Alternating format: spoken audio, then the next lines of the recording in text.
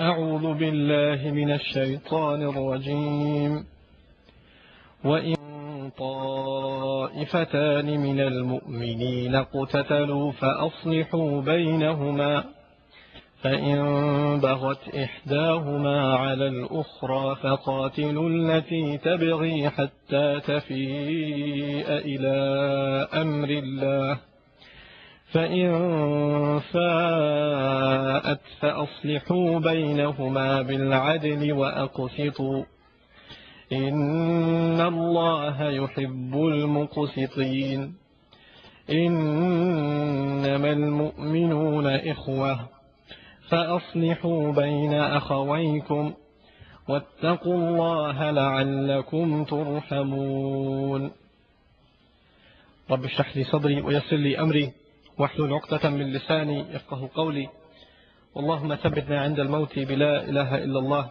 والحمد لله والصلاة والسلام على رسول الله ثم أما بعد السلام عليكم ورحمة الله وبركاته. Inshallah ta'ala, we're covering a couple of ayats from Surah Al-Hujurat today on the subject of reconciliation between Muslims. It is not an alien phenomenon to the Muslim community that fights occur between Muslims and rifts and disunity occurs between Muslims. And Muslims living in the West are no exception. We tend to point the finger at the Muslims living in the rest of the world and say, look, they're divided by sectarianism and they're fighting each other and they hate each other and all of this stuff. And yet the same drama happens in our masajid. So we're no exception. Now Allah Azza wa Jal gives us beautiful counsel in these ayat about how to avoid and how to reconcile. If it occurs, how to reconcile these situations.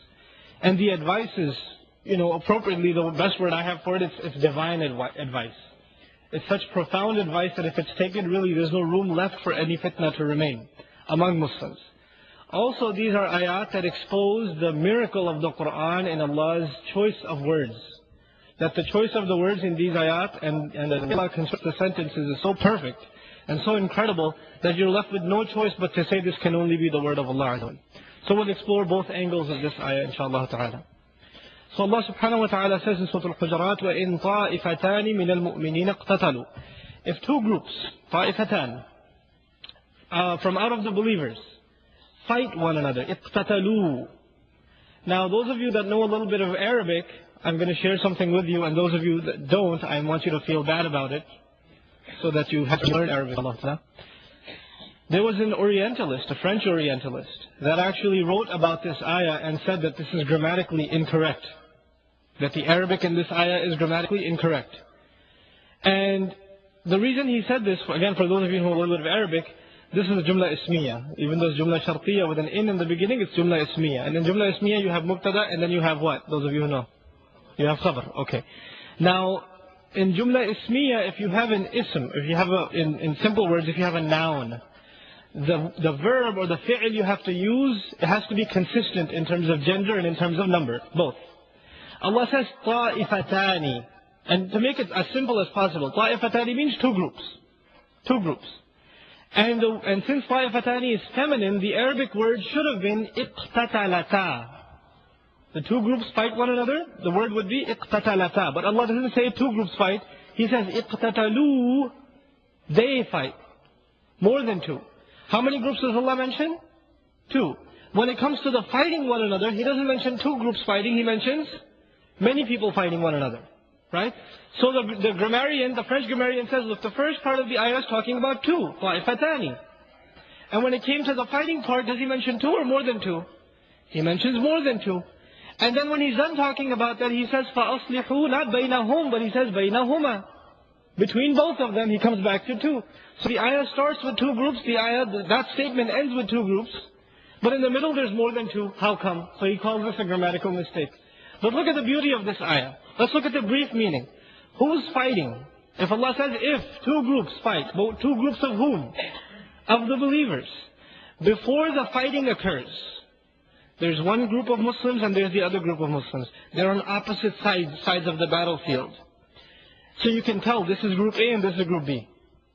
But what's the flag on either side? What does it say? It says La ilaha illallah.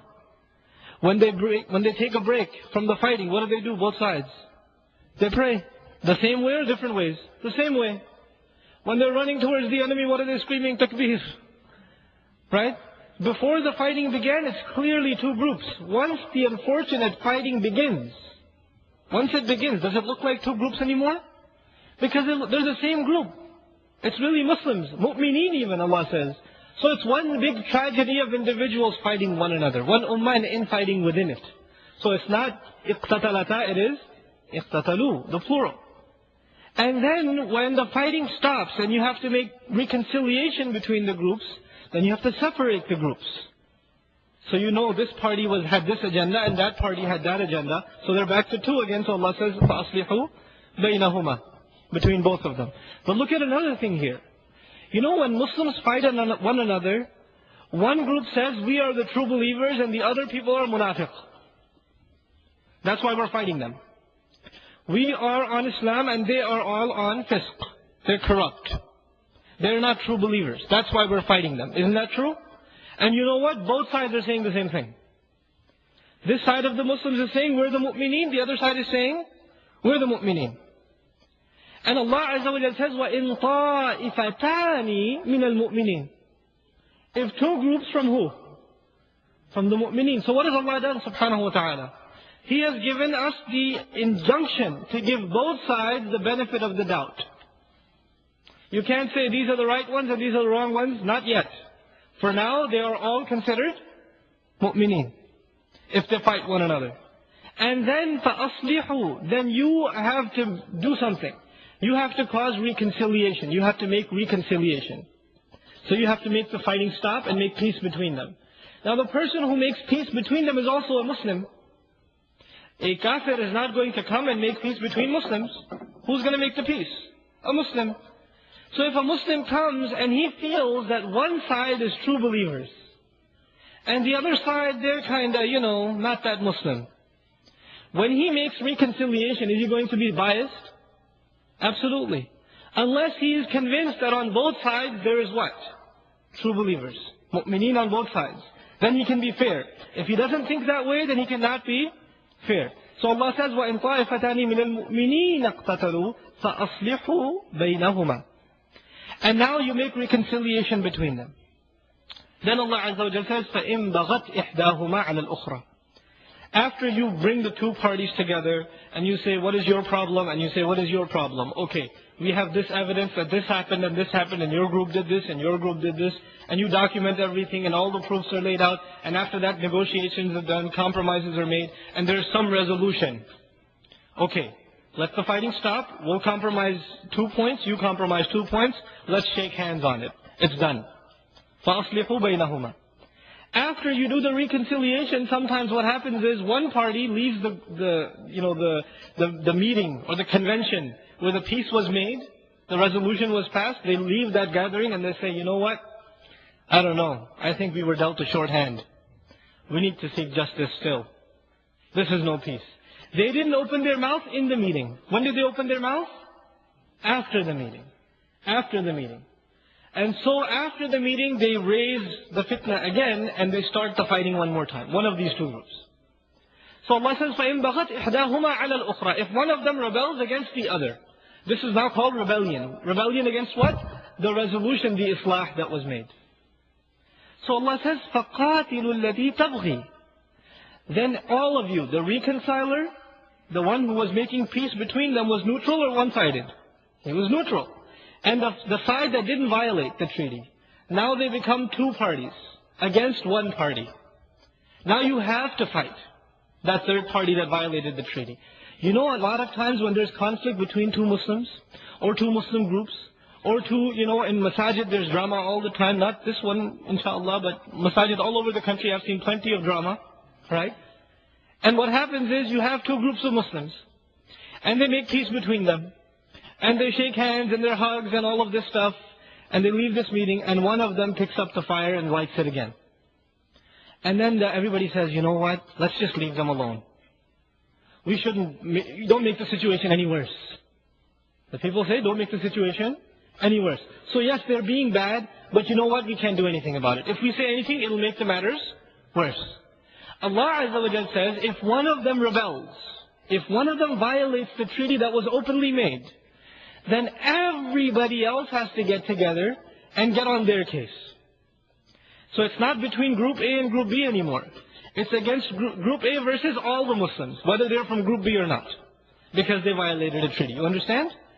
If you don't do this, the fitna will remain. If you do this, the fitna will be crushed. But now look at the words. فَقَاتِلُوا الَّتِي تَبْغِي حَتَّى تَفِيءَ إِلَىٰ أَمْرِ اللَّهِ. Tafi'a. You know, fa'a in Arabic is to return. And there are many words in Arabic for returning. There's ba'a, there's raja'a, there's hada. There's plenty of words in Arabic for returning. And every one of them have their own shade. If you were doing well, like you got healthy, you used to be sick and you became healthy. And you went back to being sick again, the word used is ba'a. Meaning you go from a bad state and you return to a, or you go from a good state and you return to a bad state. But when you go from a worse state and you become better, you return to a better situation. The word is used as not ba'a, it is fa'a.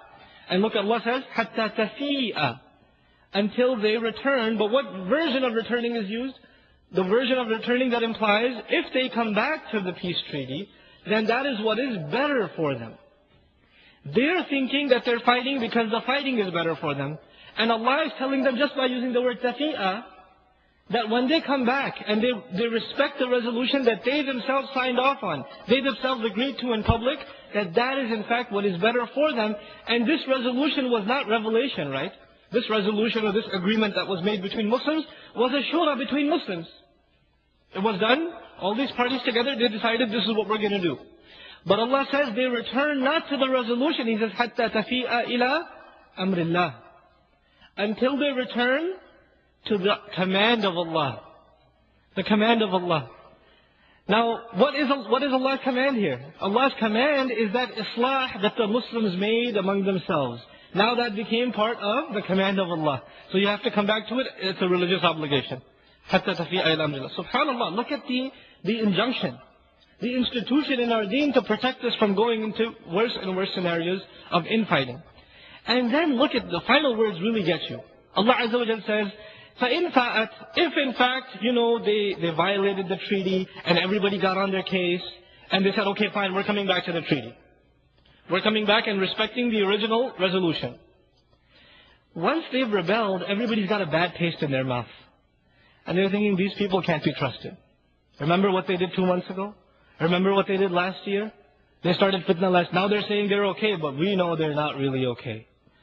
So when you don't trust someone, and when you say they're not worthy of your trust, what you are saying in between the lines is they are not true believers, right? And how did the ayat begin, the conflict? What do you have to assume on both sides? True belief. Iman. So they say we're coming back and we're going to respect the resolutions that were made, the reconciliation that was passed. You have to give them benefit of the doubt. فَإِنْ فَاءَتْ فَأَصْلِحُوا. Then if they come back, then make reconciliation. Don't say, no, you can't be trusted. We can't take your word anymore. This happens, this is real life. When people like that come back, you say, how can we trust them? They have a bad track record. Allah is speaking about a people who have a bad track record. فَإِنْ بَغَتْ إِحْدَاهُمَا عَلَى الْأُخْرَى. The bad track record has already been mentioned. Despite that, you give them benefit of the doubt. But then you make sure of one more thing. See, Allah doesn't want us to fall into this gullible situation where we say everybody's brothers, let's just trust one another. Because the Muslim, he doesn't trip by the same, fall into the same snake hole twice. Right? The Muslim is wiser than that. And the ahkam of Allah have wisdom more than that. So when Allah calls us to make reconciliation, again He adds some words. فَأَصْلِحُوا بَيْنَهُمَا بِالْعَدْلِ وَأَقْسِطُوا. Then make reconciliation between them with two things. He says, make reconciliation between them, reconcile between them with adl. Adl. Have you heard this word adl before? It means justice. And then he says, وَأَقْسِطُوا. Comes from the word qist. You know what qist means in English? It also means justice. He says, فَأَصْلِحُوا بَيْنَهُمَا بِالْعَدْلِ وَأَقْسِطُوا. He doesn't say, فَأَصْلِحُوا بَيْنَهُمَا بِالْعَدْلِ وَأَعْدِلُوا. Or he doesn't say, فَأَصْلِحُوا بَيْنَهُمَا بِالْقِسْطِ وَأَقْسِطُوا. He uses two different words. He uses adl once and qist the other time. It's very important to understand this. In English, you read the translation and it says, reconcile between them with justice and be fair. And be fair. Now, when you think of justice in English or think of being fair in English, it's the same thing, right? To be fair and to be just. I want justice, I want fairness. It's the same thing. So Allah is not saying exactly the same thing. He's not using a synonym.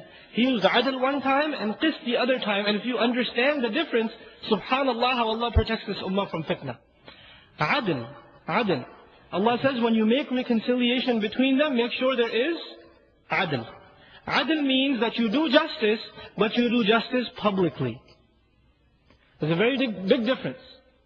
You know, if there's a trial, there's a fair trial, there's a qualified judge, there's proper evidence, there's good lawyers on both sides, all of this stuff, right? But the trial is secret. No cameras, no jury, nobody. Closed doors. And the judge comes out and says, I've passed my decision and it's a fair trial. Are the people going to believe him? No. Because the people demand something. They demand, how did you make this decision? How come we didn't see the trial? The more secret a trial is, the more people are convinced what is involved, corruption is involved. And the more open a trial is, the more people are satisfied that there is justice. So when this meeting happens between two Muslim groups that are fighting, when you want to reconcile between them, after one has violated already, it's not a closed door meeting anymore. The first time, even there's room for closed door meeting because you don't want the propaganda to spread or bad news to spread in the Muslim community, bad name to spread. But if the situation has escalated, now we're in the second stage of the problem, then you have to make it a public display where everybody knows these are the evidences, this is what happened, so all the parties are satisfied. Do you see the evidence? Do you have anything to say against it? What's your proof against it? Make your case. So the case is done publicly. Why is this important? Because once this is done, when they go back, can they say to anybody, well, that wasn't a fair trial? Because everybody was there. They'll say, what do you mean it's not a fair trial? It's on YouTube. I saw the whole thing. It's open. Bil adl. But then Allah Azza wa Jal says to the ummah at large, when you make reconciliation between Muslims, you use adl in this worst case scenario. And then finally, for all Muslims, use qist. وَأَقْسِطُوا. And this is personal advice. The first part was advice to the community that wants to reconcile. The second part of the ayah, وَأَقْسِطُوا إِنَّ اللَّهَ يُحِبُّ الْمُقْسِطِينَ. This is for each one of us individually. Because qist is different from adl.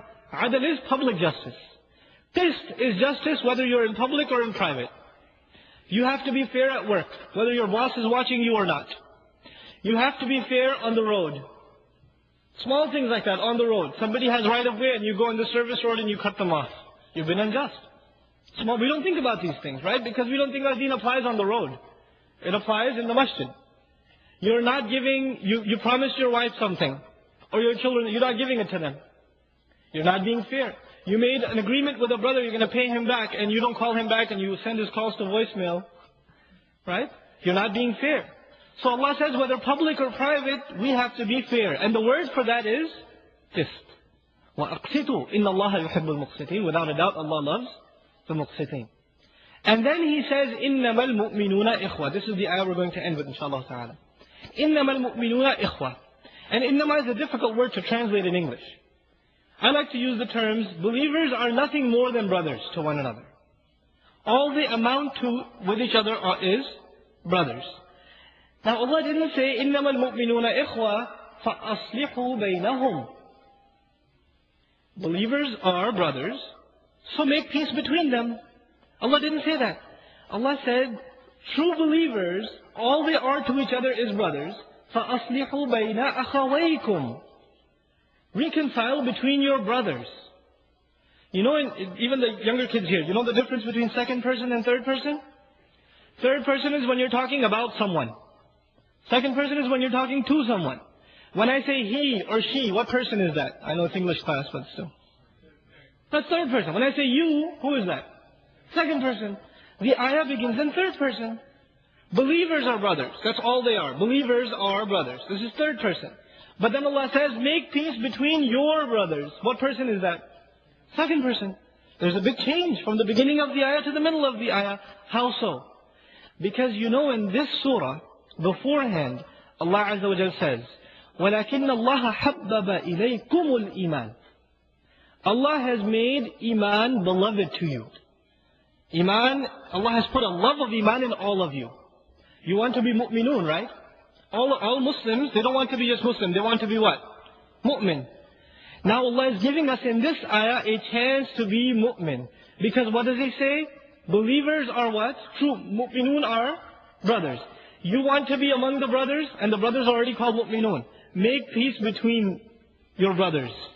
If you are their brothers, what does that make you? Mu'minun. If you make peace between them, you are guaranteed what? Iman. So Allah is giving us this beautiful tip on earning Iman. You want to make sure you're on the side of Iman? You're the one making the peace. You're the one pushing that we need to reconcile. We can't have fighting anymore. We need to bring people together. فَأَصْلِحُوا بَيْنَ أَخَوَيْكُمْ. And then finally, وَاتَّقُوا اللَّهَ لَعَلَّكُمْ تُرْحَمُونَ. Very profound words in which Allah Azza wa Jal ends this ayah. He says, have taqwa of Allah. Have taqwa of Allah Azza wa Jal. Beware of Allah. Be conscious of Allah. Realize Allah's presence. Be in awe of it. Especially when you are making peace talks. Why? Because when the Muslims are talking to each other about a problem, especially about a problem, إِنَّ الشَّيْطَانَ يَنْزَغُ بَيْنَكُمْ وَقُلْ لِعِبَادِي يَقُولُ الَّتِي هِيَ أَحْسَنُ إِنَّ الشَّيْطَانَ يَنْزَغُ بَيْنَكُمْ. Tell my slaves when they talk, speak in the best possible fashion, because without a doubt, Shaitan, he is going to cause friction between you, dissension between you. So when the Muslim speaks to the other Muslim, Shaitan comes and makes you hear something that he didn't say. You know, there's a way in, I can give you a simple example. You ever use instant messaging? You're instant messaging someone and they totally understand something different from what you were saying. They took it a whole other way. And you're like, I didn't mean that at all. And they say, but you used all caps. And it was blinking. So you were yelling at me. Right? So there's, when we communicate with each other, it's a good possibility that when you say something, it's taken the wrong way. Shaitan ensures that when Muslims are trying to make peace between each other, he comes to one side and says, you know what he really meant when he said that? He meant this. I know he didn't say it, but he meant it. I know it. This happens between husband and wife all the time. Right? How was your day? She says. Oh, so you're saying I didn't do any work? This sort of thing. She didn't say that. She said, how was your day? But you're reading it a whole other way. Right? Busy day at work? Oh, you're being sarcastic again? This sort of thing. So what Shaitan does, he causes this friction between brothers. Now who is going to be able to catch on that this is the work of Shaitan? People that have taqwa of Allah Azza wa Jal. So he says, وَاتَّقُوا اللَّهَ لَعَلَّكُمْ تُرْحَمُونَ. Have taqwa of Allah so you can be shown mercy. Look at this incredible advice of Allah Azza wa Jal. If these simple steps were implemented, the biggest problems are not problems anymore. And subhanAllah, in the traditional Muslim societies, you will find murder cases. Murder cases. People come together, they read these ayat together, they reconcile, they make peace, and the justice is passed, and everybody's happy. People can resolve these things in the middle of villages, where they don't know the English alphabet, and they don't know the first thing about computers, and they can apply these ayat and execute justice. And we're living in the modern world. Educated people with high credentials, PhDs, doctorate, professionals, specialized in their fields, and they have fights, and they're fighting like children, and they can't sit down and listen to 2 ayat of Quran before they make peace between each other. Look at the tragedy of our times.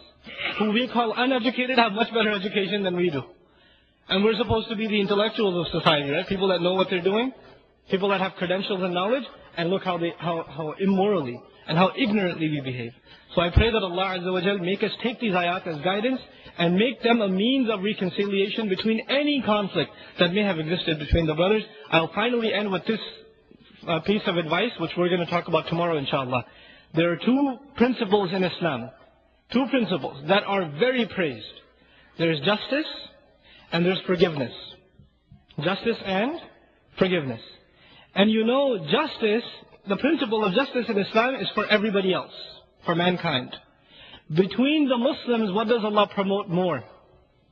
He promotes forgiveness. He promotes mercy. And you will look in the history of Islam, the first time Muslims had a major conflict, is when they were going after justice. Before that, they had a tradition of going for what? Forgiveness. So we'll talk about this fine line between justice and forgiveness. Allah says they're both good. So how do you decide between justice and forgiveness? Inshallah ta'ala, we'll have dars on that tomorrow. Barakallahu li wa lakum fil Qur'an al-Hakim wa nafa'ani wa iyyakum bil ayat wa dhikr al-Hakim. Wassalamu alaikum wa rahmatullahi wa barakatuh.